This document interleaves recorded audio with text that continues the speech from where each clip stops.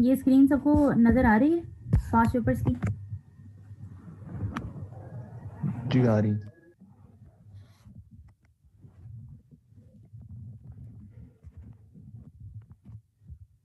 अच्छा, ISA 500 हमने complete कर लिया, जिसमें हमने देखा जी कि ज़्यादातर वो ऑडिट एविडेंस की इफेक्टिवनेस, उसकी सफिशेंसी और अप्रोप्रिएटनेस पे बात करता है। कोई मुझे वो प्रोसीजर्स बताएगा generating audit evidence? Inspection, observation, inquiry, external confirmation, recalculation, performance और analytical procedures. ओके, हमारे 7 जो प्रोसीजर्स हैं हमें जो है वो फिंगर टिप्स पे याद हैं। ओके, गुड हो गया। सवाल उसने पहला पूछा जी कि ISA 500 में कि ये लास्ट टाइम उसने स्प्रिंग 16 में सवाल पूछा 4 मार्क्स का। पूछा जी बताइए कि describe how an auditor evaluate, factors हमने पढ़े थे सफिशिएंसी के लिए भी और रेलेवेंस भी देखने के लिए। तो सफिशिएंसी के लिए कौन से पॉइंट्स थे, कोई बताएगा? ऑडिटर्स की जजमेंट इसके अंदर इन्वॉल्व होगी। आंसर पे आते हैं तो वो हमने कुछ ऐसी चीजें पढ़ी थी, seriousness of the risk that financial statement might not give a true and fair view, materiality of the item, strength of, ये चीजें तो हम पढ़ चुके हैं। ये उसने एग्जैक्ट नॉलेज बेस्ड सवाल पूछा आपसे, कोई सिनेरियो बेस्ड टेस्टिंग नहीं थी। उसके बाद उसने कहा जी कि state any 2 factors which the auditor should consider to ensure reliability of audit evidence. अच्छा, अब ये इसके आंसर पे मुझे ज़रा थोड़ा-सा एतराज़ है। उसने 2 नंबर का पूछा, तो अब आपके दिमाग में कौन-कौन से फैक्टर्स आते हैं कि अगर आपने रिलायबिलिटी देखनी है ऑडिट एविडेंस की? तो आपने तो 5-6 फैक्टर्स पढ़े हुए हैं। क्या फैक्टर थे जी वो?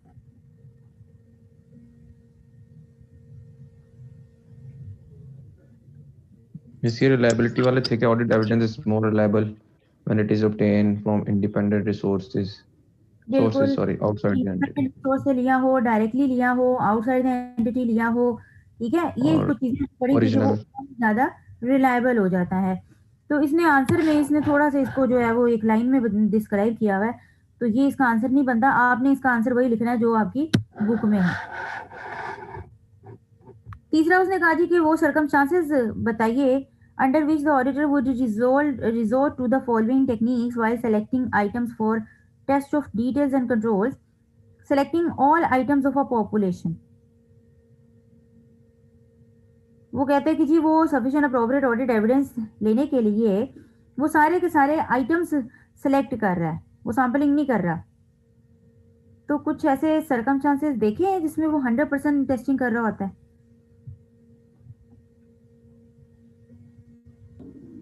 इसकी ये पहले भी हमने सवाल देखा था, हाँ जी, उसमें कहाँ भी पे है। देखा था ये सवाल?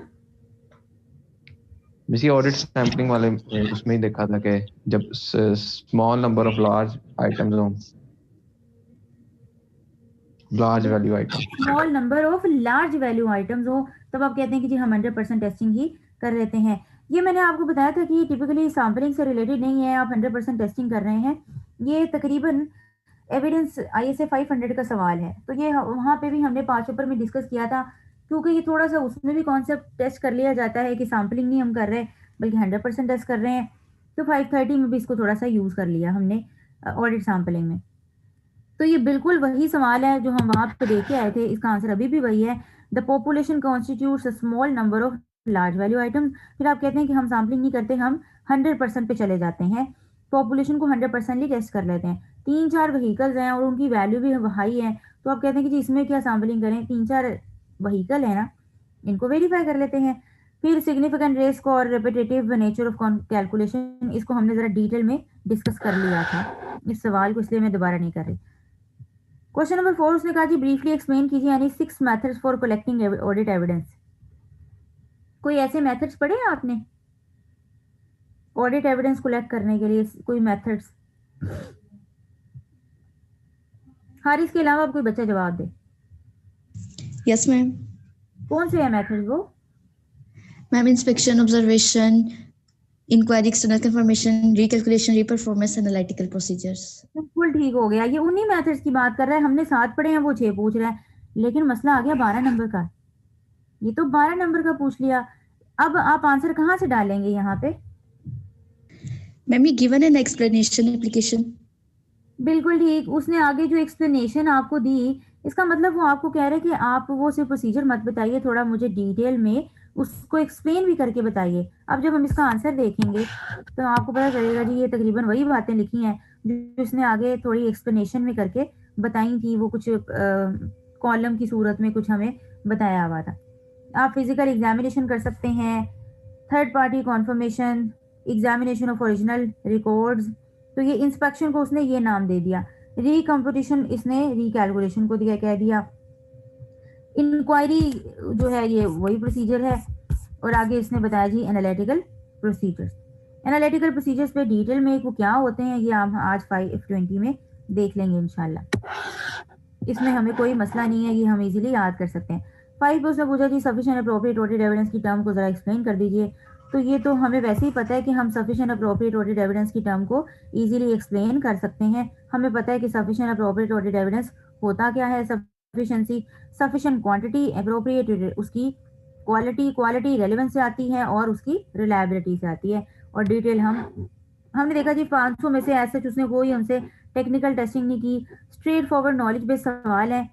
और ये वाले जो प्रोसीजर्स हैं आपको ये आगे भी चैप्टर्स में हेल्प करेंगे। चलिए जी, ये IAS 500 के ये 5 पेपर मैं आपके साथ आज इंशाल्लाह शेयर कर दूंगी। आज आ जाते हैं, हम देख लेते हैं IAS 520।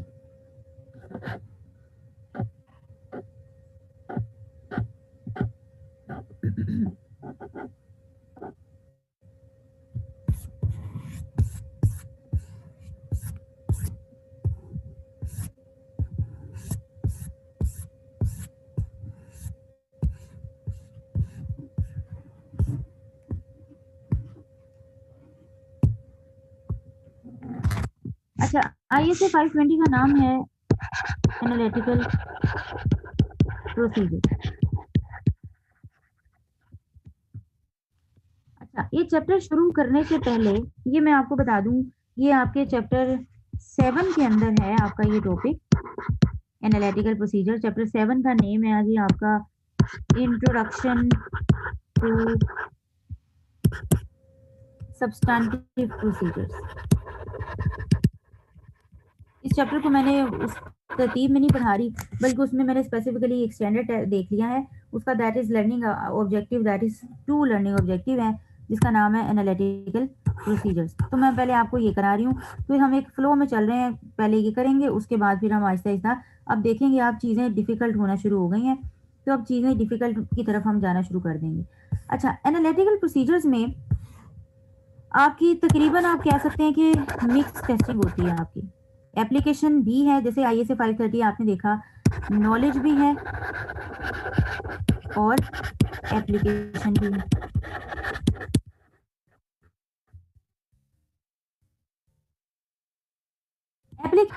रेशो से आप फेमिलियर हैं, कॉस्ट अकाउंटिंग में भी आपने देखी होंगी अपनी, और फाइनेंशियल अकाउंटिंग या रिपोर्टिंग में भी आपने इन रेशोज से आपका वास्ता जरूर पड़ा होगा। अब उन रेशोज की एप्लीकेशन और इंटरप्रिटेशन हम इस स्टैंडर्ड में सीखेंगे, ठीक है जी।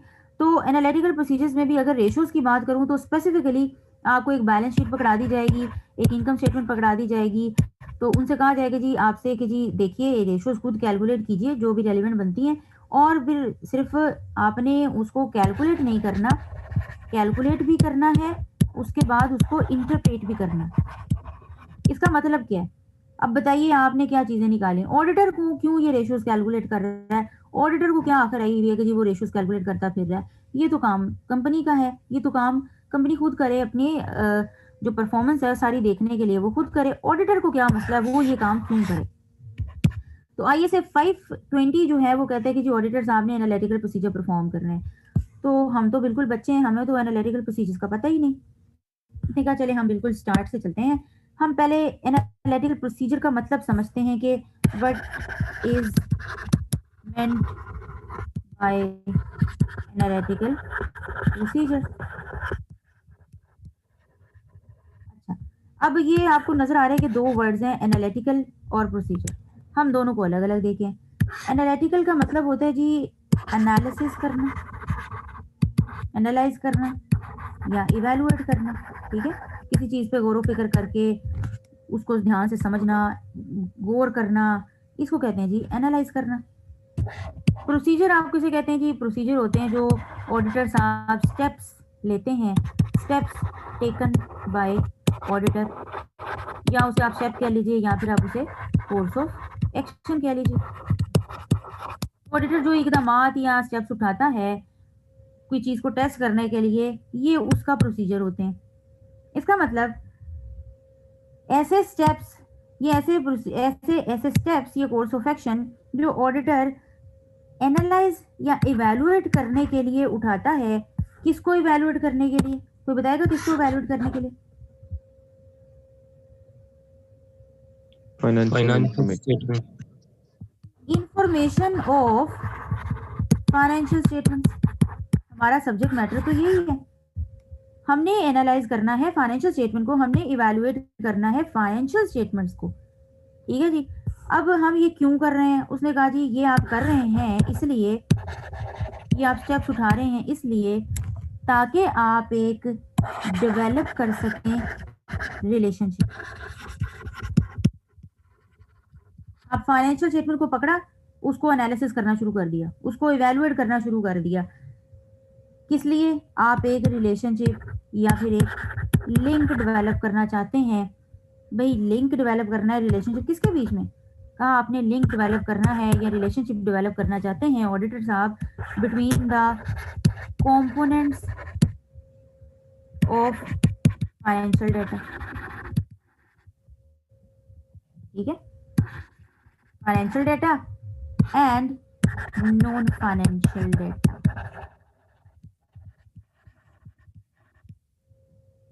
It's a very tricky. अब कोई बताएगा कोई फाइनेंशियल डेटा की कोई एग्जांपल दे सकते हैं और नॉन फाइनेंशियल डेटा की कोई एग्जांपल दे दे मुझे।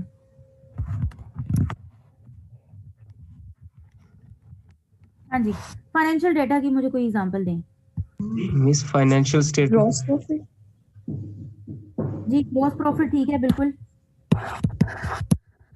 और ये फाइनेंशियल डेटा है, जो आपको फाइनेंशियल स्टेटमेंट से नजर आएगा वो फाइनेंशियल डेटा है, जो बैलेंस शीट इनकम स्टेटमेंट में दिख रहा होगा। और क्या जी? ये फाइनेंशियल डेटा की एग्जांपल्स हैं। और क्या?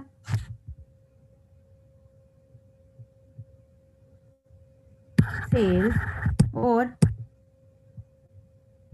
कंपनी की पेरोल कॉस्ट। पेरोल कॉस्ट क्या होती है, किसी को आइडिया है? ये वर्ड सुना है आपने कॉस्ट अकाउंटिंग में? ये यकीनन आप पढ़ चुके होंगे। पेरोल कॉस्ट किसको कहते हैं? Wages. वेजेस और लेबर्स, इसको जो रिकॉर्ड करने के लिए फाइनेंशियल स्टेटमेंट में नेम दिया जाता है वो वेजेस का और वो पेरोल का होता है। हम उसे कहते हैं पेरोल एक्सपेंस है। अच्छा, ये आपका जितना भी फाइनेंशियल स्टेटमेंट में आपको डेटा नजर आ रहा है, इक्विटी, शेयर कैपिटल, ये सारा का सारा फाइनेंशियल डेटा है। अब कोई मुझे नॉन फाइनेंशियल डेटा की एग्जांपल दे।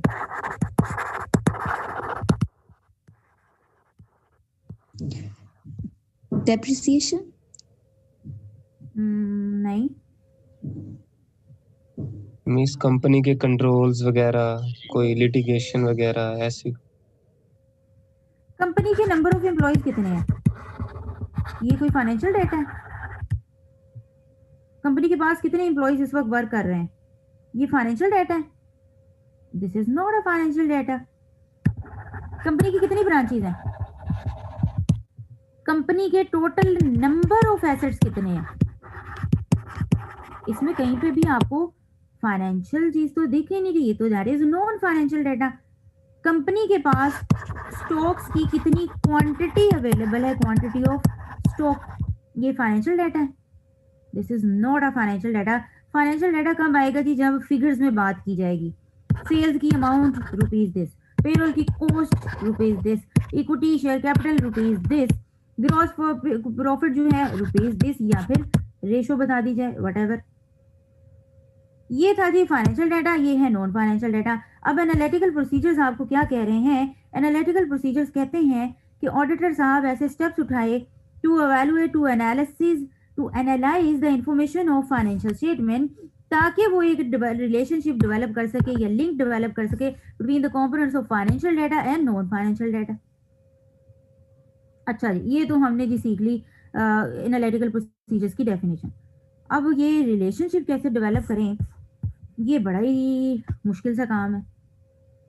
हमारे सामने फाइनेंशियल स्टेटमेंट पकड़ी हमने, ऑडिटर हैं हम, ऑडिटर देखा। अब आपको याद है हमेशा आपकी फाइनेंशियल स्टेटमेंट में कंपैरेटिव्स भी आ रही होती हैं। अगर ये आप 2018 की बात कर रहे हैं तो 2017 कंपैरेटिव्स इंक्लूड होंगे।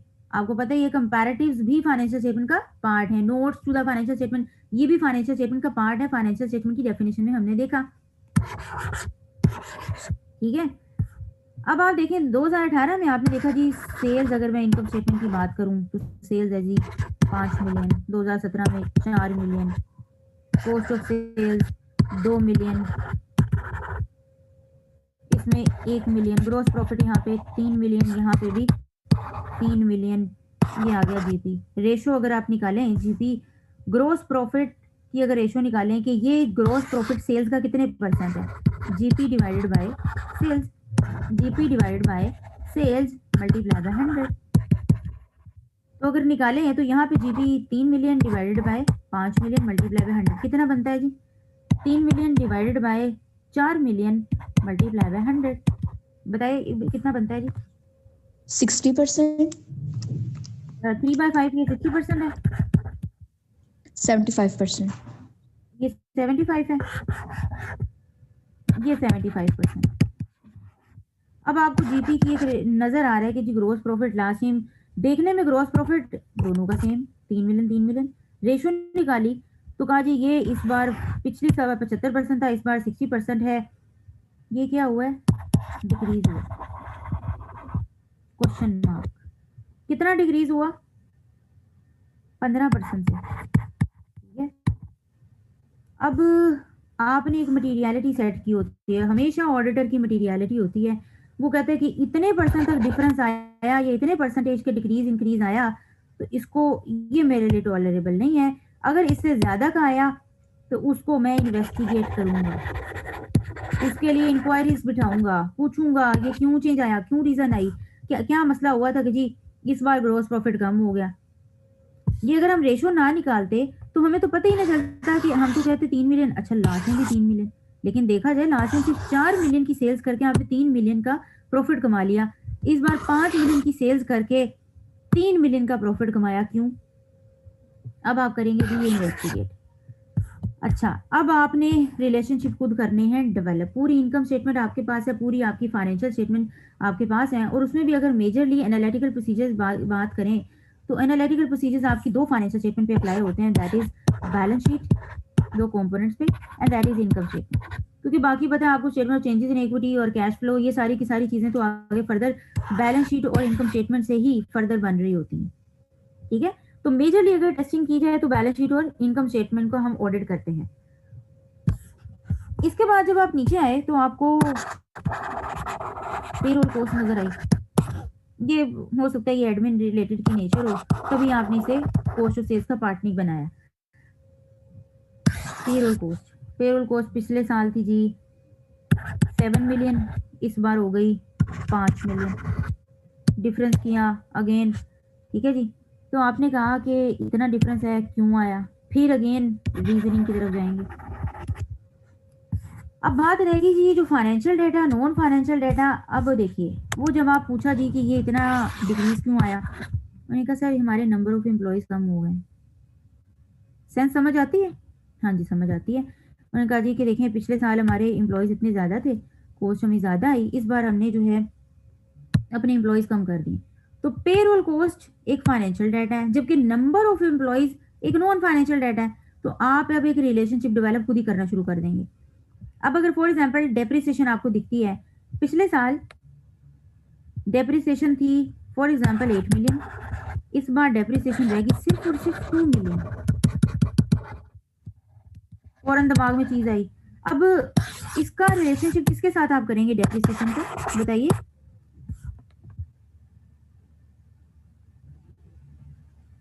Number of asset, number of fix assets, non current asset, this is a non financial data. पता चले कि जी एसेट्स इन्होंने काफी ज्यादा सेल कर दी हैं, इसकी वजह से डेप्रिसिएशन भी कम हो गई। वो आपने जब सेल ही कर दिया तो आपको पता है कि जब आप डिस्पोज ऑफ करते हैं तो आप डिस्पोजल की डेप्रिसिएशन भी आप टोटल अपनी एक्यूमुलेटेड डेप्रिसिएशन में से निकाल देते हैं, ठीक है जी। और जिस अभी साल के शुरू में भेज दिया था तो उसकी भी डेप्रिसिएशन इस साल में नहीं आई। This is a link basically. अच्छा, अब जरूरी नहीं है कि सिर्फ फाइनेंशियल और नॉन फाइनेंशियल डाटा के बीच में ही एक लिंक क्रिएट कर सकें आप दो फाइनेंशियल डाटा के बीच में भी लिंक क्रिएट कर सकते हैं। जैसे कि सेल्स बढ़ी तो जीपी बढ़ना चाहिए, सेल्स बढ़ी तो कॉस्ट ऑफ सेल्स भी बढ़नी चाहिए। रिलेशनशिप है एक। अगर आप कहते हैं क्रेडिट पे सेल्स बढ़ रही है लेकिन डेटर्स कम हो रहे हैं, ये एक अच्छी चीज है। सेल्स इंक्रीज हो रही है क्रेडिट पे, लेकिन जब इसके बरक्स डेटर्स देखे तो डेटर्स डिक्रीज हो रहे हैं। ये एक गुड रिलेशनशिप है, ये एक एक्सपेक्टेड रिलेशनशिप है। No. नो, क्योंकि आपने कहा देखें अगर क्रेडिट पे सेल्स बढ़ रही हैं तो बीइंग अ लॉजिकल पर्सन आपके डेटर्स भी इंक्रीज करेंगे। ये आपने की है अपनी एक्सपेक्टेशन डेवलप। एनालिटिकल प्रोसीजर में ये जो आप रिलेशनशिप डेवलप करते हैं, लिंक डेवलप करते हैं बिटवीन फाइनेंशियल डाटा और नॉन फाइनेंशियल डाटा, एंड पे आप एक एक्सपेक्टेशन डेवलप करते हैं। इस रिलेशनशिप, इस लिंक डेवलप करने के बाद आप एक एक्सपेक्टेशन डेवलप करते हैं कि अच्छा अगर ये हुआ होगा तो फिर ये हुआ होगा, और अगर ऐसा हुआ, नंबर ऑफ एम्प्लॉयज तो कम है लेकिन पेरोल कॉस्ट बढ़ रही है, क्यों? अब ये आपने एक्सपेक्टेशन बनाई थी कि नंबर ऑफ एम्प्लॉयज अगर कम हुए हैं तो फिर पेरोल कॉस्ट भी कम होनी चाहिए। अगर इसके ऑपोजिट हो तो जाएंगे आप इन्वेस्टिगेट करने।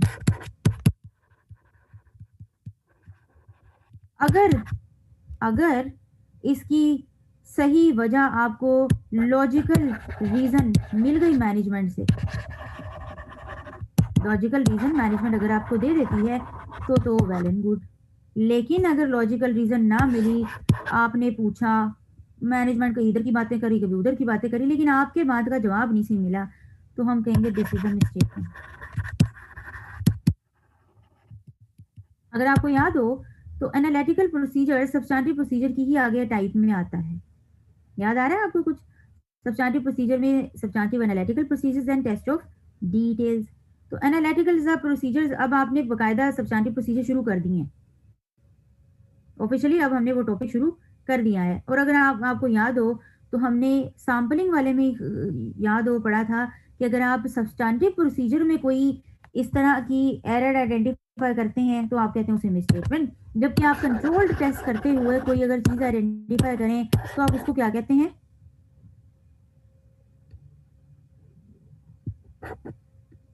हम उसे क्या कहते हैं? Deviation. Deviation. Great, this is deviation. तो आपने अब याद रखना है कि सब्सटैंटिव प्रोसीजर में कहीं पे भी कोई मिसस्टेटमेंट, ये क्योंकि हम बात कर रहे हैं मटेरियल मिसस्टेटमेंट की। अब अगर ये देखेंगे ये मटेरियल है तो जाहिर सी बात है ये मटेरियल मिसस्टेटमेंट हो जाएगी, और अगर ये मटेरियल नहीं है तो इसको फॉर द टाइम बिंग वहीं पे छोड़ देंगे, लेकिन अपनी एक लिस्ट बनाते जाएंगे कौन कौन सी मिसस्टेटमेंट को हम छोड़ते जा रहे हैं इन मटेरियल क्या है, ताकि क्योंकि एंड पे बाद में हमें ये भी तो देखना है कि कहीं इन एग्रीगेट की इमटेरियल मटेरियल ना हो जाए। ठीक है जी, तो ये मिसस्टेटमेंट की बात हुई कि ये मिसस्टेटमेंट नहीं होनी चाहिए।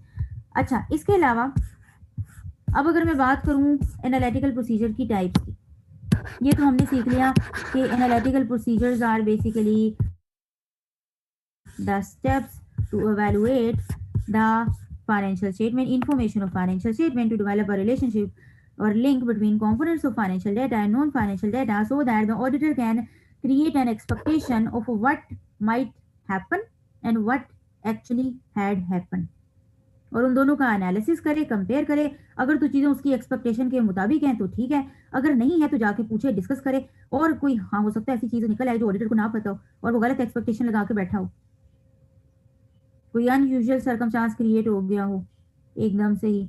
जैसे कि यहाँ पे सेल्स जो है नज़र आ रहा था कि जीपी जो है सेम ही तकरीबन रह रहा है क्योंकि 3 मिलियन ही है, लेकिन जीपी असल में परसेंटेज किया तो ये कम निकला। पता चला जी कि इस बार इनकी कॉस्ट बहुत ज़्यादा हो गई थी, तो इन्होंने कहा जी कि हमने इस बार जो है ना अपना एक और प्लांट जो है वो खरीदा था, तो प्लांट की भी इस बार जो है इसमें हमने कॉस्ट ऐड की है, उसकी डेप्रिसिएशन भी हमने कॉस्ट ऑफ सेल में ऐड की है जो प्लांट यूज़ हो रहा था। तो फिर आपको कुछ चीजें अब ये जो इन्होंने कहा जी हमने एक नया प्लान खरीदा, अब ये आप कहाँ पे जाके देखेंगे, फौरन आपका माथा खटकेगा, अब जल्दी से आप कहेंगे अच्छा मैं प्लान को कहाँ से वेरीफाई करूँ, कहाँ से करेंगे? नॉन करंट एसेट्स में। नॉन करंट एसेट के अंदर जो एडिशन हुई होंगी, अब आप फटाफट भाग के वहां से देखेंगे अच्छा एडिशन हुई है, पता चला वहां तो कोई एडिशन नहीं, इसका मतलब मैनेजमेंट यहाँ पे झूठ बोल रही है। अब वो जो बात कहेगी उसको साथ साथ क्रॉस रेफर करते जाएंगे, वो फाइनेंशियल डाटा और नॉन फाइनेंशियल डाटा और दोनों का आपस में कंपैरिजन करते जाएंगे बार बार, ताकि चीजों को हम कोरिलेट कर सकें। इसलिए कहते हैं कि एनालिटिकल प्रोसीजर्स होते हैं ये बड़े इंपॉर्टेंट होते हैं, वेरी इंपॉर्टेंट। इसी में ही ऑडिटर साहब अपनी जजमेंट का मुजाहिरा कर रहा होता है, इसी में ही उसकी प्रोफेशनल स्केप्टिसिज्म का पता चल रहा होता है। एक बात अगर मैनेजमेंट ने यहाँ पे की है तो आप कहेंगे जी अच्छा इसका फिर दूसरा इफेक्ट कहाँ पे जा रहा होगा। तो उन्होंने कहा जी हमने नया प्रोडक्ट लॉन्च किया है, तो नए प्रोडक्ट लॉन्च करने की वजह से उसकी भी तो कॉस्ट ऐड हुई है, नए प्रोडक्ट के भी कुछ एडवर्टीजमेंट एक्सपेंसेस वगैरह भी आए होंगे, तो आप फिर भाग के एक्सपेंसेस देखेंगे, एक्सपेंसेस भी रिलेटिवली बढ़े हैं कि नहीं बढ़े, एडवर्टीजमेंट और सेलिंग एक्सपेंसेस और वो देखेंगे वो कम हो रहे हैं, फिर मैनेजमेंट के पास जाएंगे सर ये तो कम हो रहे हैं, अब मैनेजमेंट कोई और रीजन बताएगी, आप उसको फिर से कंपेयर करेंगे, अपनी एक्सपेक्टेशन से आप कंपेयर करेंगे, क्योंकि हम ऑडिटर हैं, हम अपनी प्रोफेशनल स्केप्टिसिज्म को, हमें ISA 200 कहता है कि हमने प्रोफेशनल स्केप्टिसिज्म और प्रोफेशनल जजमेंट को through out the audit apply करना है। तो ऐसे करना है, ऐसे ही नहीं कि जो बात कही लिख ली, डॉक्यूमेंट कर ली, बात खत्म, ऑडिट हो गया। उनकी एक एक बात को कोरोबरेट करना है आपस में। ठीक है जी। अच्छा, ये डेफिनेशन हमने सीख ली, अब आ जाइए एनालिटिकल प्रोसीजर्स की टाइप्स पे। वो कहते हैं कि देखिए एनालिटिकल प्रोसीजर्स में आप दो काम कर रहे होते हैं, एक तो आप रेशियोज कैलकुलेट करते हैं, जो कि आप फाइनेंशियल स्टेटमेंट बनाते हुए और फाइनेंशियल अकाउंटिंग और कॉस्ट अकाउंटिंग पढ़ते हुए ये रेशियोज आपने पढ़ी होंगी, ज़रूर पढ़ी होंगी। दूसरा क्या काम कर रहे होते हैं, अगर आप रेशियोज कैलकुलेट नहीं कर रहे बल्कि आप ये दोनों काम भी कर सकते हैं, रेशियो भी बना कर सकते हैं, आप कंपैरिजन कर सकते हैं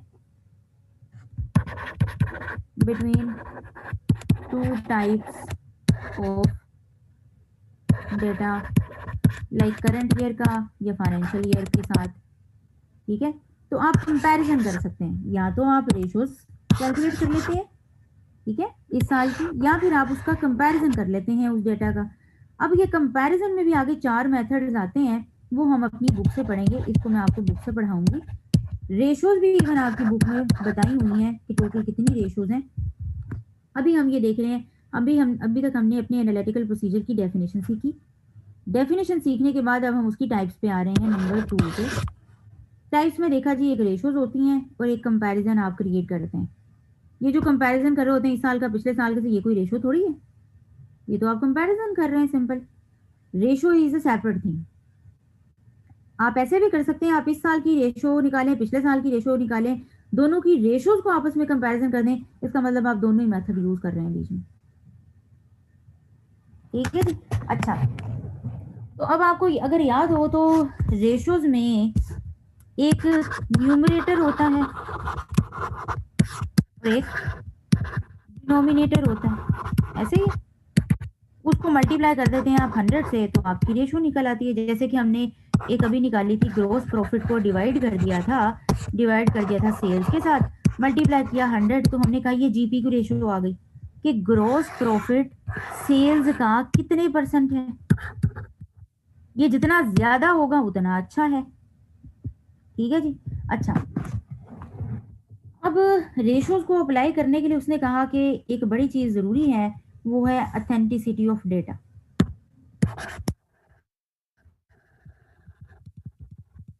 इवन आप कंपैरिजन भी कर रहे हो तो उसमें ये authenticity of data is very important. ये डेटा तो आपको मैनेजमेंट ही प्रोवाइड करेगी, डेटा ही गलत हो तो रेशियोज क्या खाक से ही निकलेंगी। तो एनालिटिकल प्रोसीजर्स की कुछ एक लिमिटेशंस हैं, वहां पे जाके हम कंपैरिजन के बाद लिमिटेशंस भी देखेंगे।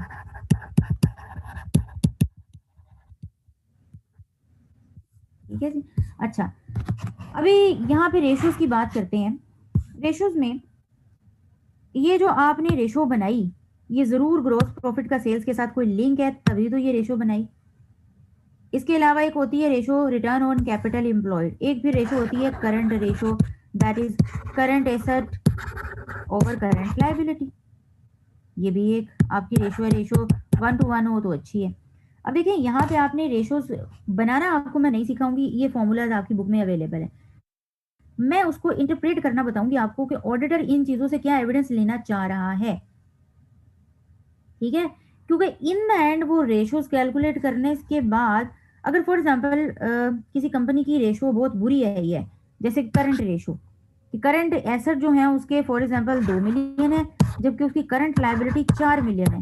अगर मैं देखूं तो इसकी करंट रेशो आई है 0.5 into 1, that is very bad. Auditor क्यों ये कैलकुलेट कर रहा है, कोई मुझे छोटा सा रेफरेंस दे दे। यहाँ पे करंट रेशो गलत आने से कंपनी की ये हालत खराब नजर आ रही है कि कंपनी की करंट एसेट कम है, करंट लायबिलिटीज कम है।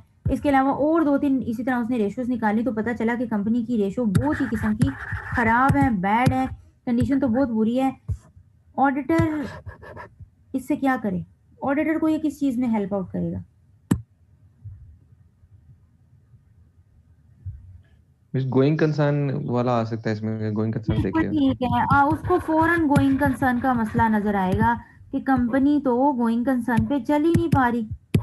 अगर इसकी रेशोज इतनी ज्यादा खराब है इसका मतलब कंपनी की फाइनेंशियल पोजीशन ठीक नहीं है, फाइनेंशियल जो वर्थ है उसकी वायबिलिटी है वो ठीक नहीं है। मेरे गोइंग कंसर्न पे इशू आ रहा है तो उसका दिमाग फटाफट ISA 570 की तरफ जाएगा और वो कहेगा जी अच्छा अगर ISA 570 आ रहा है तो इसका मतलब मुझे देखना है कि कोई मटेरियल अनसर्टेनिटी तो नहीं है।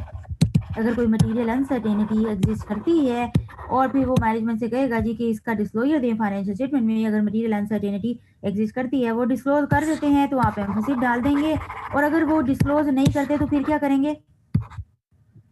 मटेरियल मिसस्टेटमेंट हो जाएगी, ये मिसस्टेटमेंट हो जाएगी, फिर 705 के अंदर चले जाएंगे और कहेंगे कि जी हम जाके फिर अब वहां पे अपनी ओपिनियन मॉडिफाई करके क्वालिफाइड या फिर एडवर्स ओपिनियन दे देंगे। तो इस तरह चीजें आपको, ये पहले आपको रिपोर्ट वाला सेक्शन इसीलिए पढ़ाया गया था क्योंकि आपको इफेक्ट जो है अब पता चलेगा। ये काम असल में हम पहले कर रहे होते हैं सब्सटैंटिव प्रोसीजर, ये रिपोर्टिंग वाला काम एंड पे हो रहा होता है कंक्लूजन पे, जबकि आपको पहले ये पढ़ा दिया क्योंकि इजी पोर्शन था, आपको इम्प्लीकेशन समझ आ जाए कि इन द एंड ऑडिटर साहब ने अपनी रिपोर्ट पे जाना है, उसने इन द एंड रिपोर्ट देनी है, तो रिपोर्ट पे क्या इफेक्ट आएगा उसको हर बार ये चीजें देखनी पड़ेंगी। उसे उस जो हमने उसे स्टैंडर्ड्स कहे हैं उसने कंप्लाई करना है, ISA 550, ISA 610, 620, 570, 580, 700, 701, 705, 706, इन सब को उसने अपने दिमाग में रख के तो अपने पूरे ऑडिट को परफॉर्म करना होता है। ओके जी, तो ये हो गया जी कुछ रेशोज। अब हम आ जाते हैं थोड़ी रेशोज। वो कहते हैं कि जी आपकी बुक में भी वैसे 5 तरह की रेशोज जो है उसने आपको बताई हैं, वो रेशोज मैं आपको बता देती हूँ अभी। उसने कहा कि देखें रेशो जो हैं आप अभी जितना मैं आपसे ऑडिट के पेपर में एट मिनिमम रिक्वायर कर रहा हूँ कि कम से कम आपको ये रेशोज तो आनी चाहिए। सबसे पहली रेशो वो कहता है कि कुछ होती है प्रॉफिटेबिलिटी रेशो, ठीक है। फिर उसने कहा कुछ ऐसी रेशोज होती हैं जिसको कहते हैं वर्किंग कैपिटल एफिशिएंसी रेशोज, ठीक है जी। फिर उसने कहा एक होती हैं लिक्विडिटी रेशोज। अब ये सारी आपकी बुक में बकायदा उसने बताई हैं। फिर है आपकी जी डेट रेशो और उसके बाद है इन्वेस्टर्स रेशो।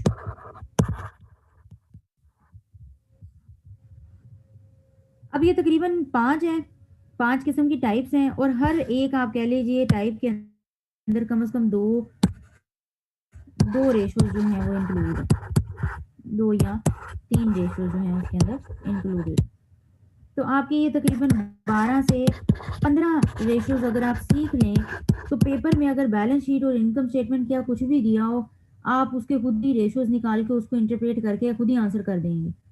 ऑडिटर का काम मुश्किल नहीं होता, ऑडिटर ने तो बस ये देखना है कि मेरे जो अपने स्टैंडर्ड्स हैं ISA 570, 580 मेरे रिपोर्ट पे कोई इफेक्ट ना आए, अगर कोई आता है तो कोई जाने ना दूं मैं।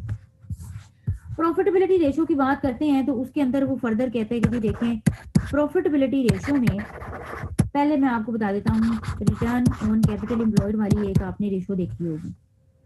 इसको अगर हम बुक से पढ़ ले तो ज्यादा बेहतर है। एक है रिटर्न ऑन कैपिटल एम्प्लॉयड, एक होती है जो अभी हमने प्रॉफिट टू सेल्स रेशियो देखी, और इसी के अंदर वो थर्ड कहता है कि एसेट टर्नओवर रेशियो।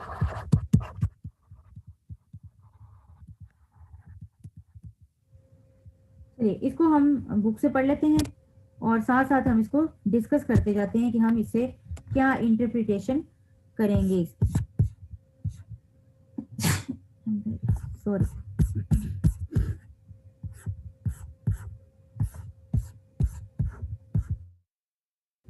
सबसे पहले देखिए जो उसने कहा profitability ratio, return on capital employed.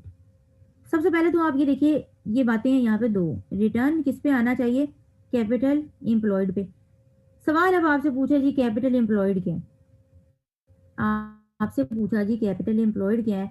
अब उसने कहा जी कि देखें कंपनी अपनी बिजनेस में जितने भी पैसे लगाती है लोन की सूरत में या फिर इक्विटी की सूरत में, लेकिन वो शॉर्ट टर्म नहीं होने चाहिए। ठीक है, वो कैपिटल नेचर में तभी होते हैं जब वो 1 साल से ज्यादा के हों, तो तभी वो नॉन करंट में जाते हैं। तो कैपिटल एम्प्लॉयड को आपने इस तरह याद रखना है, टोटल आपका share capital equity plus long term आपका जो डेट है, long term debt capital, long term loan आ रहे होंगे, कुछ और नॉन करंट वो लाइबिलिटीज आ रही होंगी, ये सारी की सारी आपने ऐड करके ये आपका हमेशा कैपिटल एम्प्लॉयड बना करेगा। अच्छा, अगर सवाल में लिमिटेड इंफॉर्मेशन है बल्कि आपको कुछ पता नहीं चल रहा, तो आपको फॉर एग्जांपल इक्विटी सेपरेट से नहीं पता और लॉन्ग टर्म डेट जो है वो भी उसने सेपरेट से नहीं बताया, फिर आपने कैपिटल एम्प्लॉयड कैसे निकालना है। फिर आप कैपिटल एम्प्लॉयड ऐसा कीजिए, आपको याद ही है कि जो बैलेंस शीट होती है वो होती है एसेट्स टोटल कर लें is equal to liability plus equity होता है, ऐसे ही। अगर आपको टोटल एसेट्स बता दिए जाएं और उसके अंदर ही करंट और नॉन करंट सेपरेट बता दिए जाएं, ठीक है, इसके बाद आपको टोटल लाइबिलिटीज बता दी जाए, फिर अगर स्पेसिफिकली कहा जाए तो टोटल लाइबिलिटीज के अंदर से भी उसने आपको सिर्फ और सिर्फ करंट लाइबिलिटीज बता दी। अब आपने कैपिटल एम्प्लॉयड निकालना है, आप तो सर जो है वो मारते रहेंगे, वहां पे टक्कर मारते रहेंगे पेपर में कि जी हमें तो कैपिटल एम्प्लॉयड मिल ही नहीं रहा। कैपिटल एम्प्लॉयड तो होता है total equity plus long term date. अब यहाँ से भी आपको वो कंफ्यूज करेगा कि यहाँ पे ये चीजें आपको बता के अब आपसे खुद कहेगा जरा कैपिटल एम्प्लॉयड भी खुद कैलकुलेट कर लें, हाथ पे हाथ रख के ना बैठे। अब आप क्या करेंगे, आप अगर टोटल एसेट्स में से अगर आप शॉर्ट टर्म एसेट निकाल दें और शॉर्ट टर्म लाइबिलिटीज निकाल दें,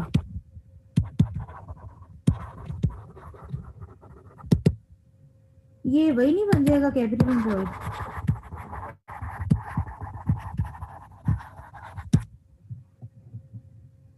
हाँ जी,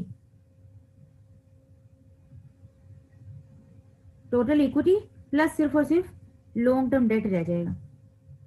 और अगर आपको मजीद क्लैरिटी नहीं हो रही, आप इक्वेशन बना लें, assets is equal to liability plus equity. Asset होता है current plus non current, liability current plus non current, और इक्विटी तो होती ही इक्विटी है। अब यहाँ से आपने क्या करना है, इक्विटी और नॉन करंट डेट इधर ही रहने दीजिए,